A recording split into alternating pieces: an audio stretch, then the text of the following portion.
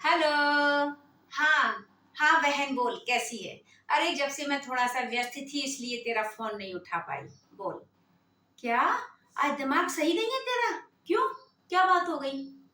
अच्छा अच्छा, जो ये न्यूज चल रही है टीवियों पर अखबारों पर, इसकी वजह से। इनकी वजह से तो यार मेरा भी दिमाग बहुत खराब रहता है, बहुत टेंशन रहता है। सारा दिन यही खबर, हर जगह यही बातें बस, कि जिसका पिता सब्जी की ठेला लगाता है उसका बच्चा आईपीएस अधिकारी बन गया, जिसका पिता रिक्शा चलाता है उसका बेटा आईएएस अधिकारी बन गया, और जिसकी माँ घर घर जाके झाड़ू पोछा बर्तन करती है उसकी लड़की डॉक्टर बन गई। भाई ये बात तो बहुत ज्यादा हो रही है आजकल के, पर मेरी समझ में एक चीज नहीं आती। तू कहाँ तक सहमत है मेरी बातों से, बताना। कि जब ये लोग अपना अपना व्यवसाय खोलते हैं कि रिक्शे वाले का बेटा आईएएस, सब्जी वाले का बेटा आईपीएस, झाड़ू पोछा करने वाले की बेटी डॉक्टर, ये लोग जब अपना व्यवसाय खोलते हैं तो ये अपनी जाति क्यों नहीं खोलते? इन्हें अपनी जाति भी तो बतानी चाहिए ना, तभी तो पता चलेगा कि क्यों इनका सिलेक्शन हो रहा है भाई। यहाँ हम बनिया ब्राह्मणों के बच्चे तो 98-99% लाने के बावजूद बावजूद भी मोहल्ले वालों की, रिश्तेदारों की, घर की, बाहर की, हर जगह की सुन रहे हैं।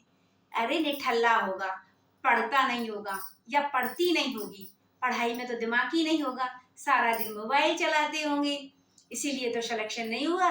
उसको देखो, रिक्शे वाले का बच्चा आज आईपीएस, सब्जी वाले का बेटा आईएएस, बर्तन झाड़ू पोछा करने वाले की बेटी डॉक्टर। ये सारी बातें ना सुन सुन के हमारा और हमारे बच्चों का दिमाग बहुत खराब रहता है यार, ये बात तो ठीक है। हम बनिया ब्राह्मणों में 98-99% लाने के बाद बच्चे आखिर में आके गोली बिस्कुट की दुकान खोल के ही बैठना पड़ता है। और तो और मोहल्ले वाले और पेरेंट्स तो ये कहते हैं कि भाई कुछ नहीं है, परिवार के लिए कुछ नहीं कर सकता तू, तो अपने पेट के लिए तो दो रोटी कमा ले। कितना दुख होता होगा यार हमारे बच्चों को कि 99% पे भी लाइनों में लगे हैं, फॉर्म भर रहे हैं, जगह जगह पसीने बह रहे हैं उनके, लेकिन आखिरकार सब लोग उन्हें टॉर्चर कर रहे हैं। और यहाँ देखो कि 34-35%, यहाँ तक कि ना भी पढ़े ना, बस पेपर देने चले जाए, बस सीधी सी बात है, तो सिलेक्शन हो जाते हैं। कितनी बड़ी बात है ना। तो मैं तो यही कहूंगी कि जब भी लोगों का सिलेक्शन हो ना, तो कम से कम व्यवसाय के साथ इनको अपनी जाति जरूर खोलनी चाहिए, जिससे कि हम बनिया ब्राह्मणों के बच्चों को किसी के ताने तो नहीं सुनने पड़ेंगे। हम लोग भी अपने बच्चों को टॉर्चर नहीं करेंगे कम से कम, कि तू पढ़ता नहीं है या तू पढ़ती नहीं है, उसका बच्चा इतना ऊंचा बन गया। भाई हम लोगों के बच्चों के साथ हो तो गलत ही रहा है, खैर बहुत गलत हो रहा है, ये तो खैर गलत बात है। अरे भाई अगर अगर रिक्शे वाले का बच्चा ही आईएएस बने या सब्जी वाले का बच्चा ही आईपीएस बने तो हमारे पिताजी इस काम को कर लेंगे, कोई टेंशन नहीं है, कोई शर्म नहीं है। अपने बच्चों के फ्यूचर के लिए कुछ भी कर सकते हैं हमारे माता पिता। हमारी माँ घर घर झाड़ू पोछा करने भी चली जाएगी, अगर झाड़ू पोछा करने से ही बच्चे डॉक्टर, इंजीनियर और आईपीएस आईएएस बनते हैं तो। लेकिन ऐसा नहीं है भाई, नहीं है। हम लोगों को तो पैसे वाले होने का बड़ा सा टेग लगा हुआ है।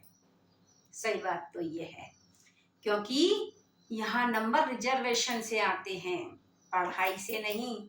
पोजीशन और सीट रिजर्वेशन से मिल रही है, पढ़ाई से नहीं। क्या करें, इन चीजों को देख देख के मूड तो मेरा भी खराब होता है। अरे हम लोगों को पैसे वाले का टैग मिला हुआ है कि हम लोग बहुत पैसे वाले हैं, लेकिन बहुत गरीब हैं अंदर से। और जिन लोगों को गरीब का टैग मिला हुआ है ना, आज बिल्डिंगें, कोठियां, मकान तो उनके देखो यार, ऐसे लंबे चौड़े महल पड़े हुए हैं। बाहर देखो महंगी से महंगी इवन गाड़ी खड़ी हुई है, घर में हर कमरे में एसी लगे हुए हैं, घर में हर काम के लिए नौकर चाकर लगे हुए हैं। एक हमें कि सारा दिन किचन में पसीना बहते बहते, पहुंचते पहुंचते बर्तन झाड़ू पोछा कपड़े, सारा दिन इसी में लगे रहते हैं। बाकी हो तो खैर गलत ही रहा है, पर अब दिमाग खराब मत करो। जो हो रहा है, सरकार जो कर रही है, तुम भी देखो हम भी देख रहे हैं, पर अब कर भी क्या सकते हैं। आगे से रिवाज वही आएगा कि बनिया ब्राह्मण अपने बच्चों को पढ़ाना बंद ही कर देंगे, शुरू से ही उनको व्यवसाय खुलवा देंगे कि बेटा नौकरी नहीं लगेगी तुम्हारी, नौकरी तो उन्हीं की लगेगी, तुम्हारी नहीं लगेगी, तुम चाहे कितना भी पढ़ लेना।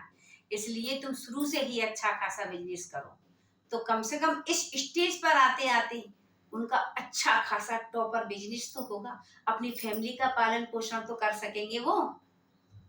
बिल्कुल सही कह रही है बहन।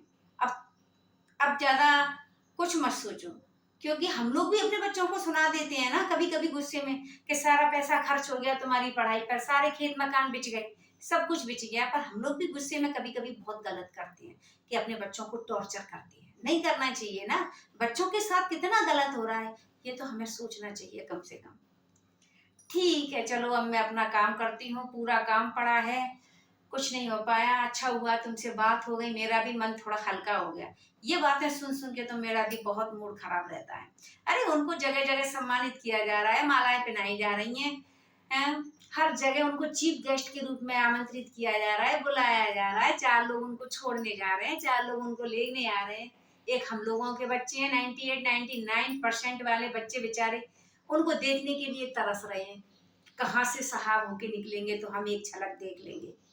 कितना गलत हो रहा है यार। सरकार ने भी क्या रूल्स बना दिए हैं भाई, कुछ भी है, सरकार कुछ करे या ना करे, ये रिजर्वेशन का कोटा तो खत्म करना चाहिए। जो बच्चा जितनी मेहनत कर रहा है, जितनी पढ़ाई कर रहा है, जितने अंक ला रहा है, उसके हिसाब से उसका सिलेक्शन होना चाहिए। बात तो जब है तभी तो पता चलेगा क्वालिटी की, मेहनत की। अब ये कोई बात थोड़ी है कि 98-99% वाले बच्चे घर बैठे हैं, मूंगफली छील रहे हैं, और 33-34 रैंक वाले परसेंट वाले बच्चे जो ना भी कुछ नाम भी ना लिख के आए, वो IPS IAS अधिकारी बन के बैठे हैं, डॉक्टर इंजीनियर बने बैठे हैं, और बड़े शान से कहते हैं उनके पेरेंट्स मेरे बेटे का डॉक्टरी में सिलेक्शन हो गया, मेरा बेटा IAS बन गया। भाई उन लोगों के सामने अपन तो कुछ बोलने लायक ही नहीं रहते हैं, हम तो शर्म के मारे गर्दन ही नीची कर लेते हैं, लगता है कहीं हमारे अंदर ही कमी है। छोड़ो खैर इन बातों को यार, काम बहुत पड़ा है, पर इस मुद्दे पे अपन को नहीं, सरकार को सोचने की जरूरत है। टेंशन मत ले, मस्त रहे, जो भी है देखा जाएगा। चल ठीक है, रखती हूँ।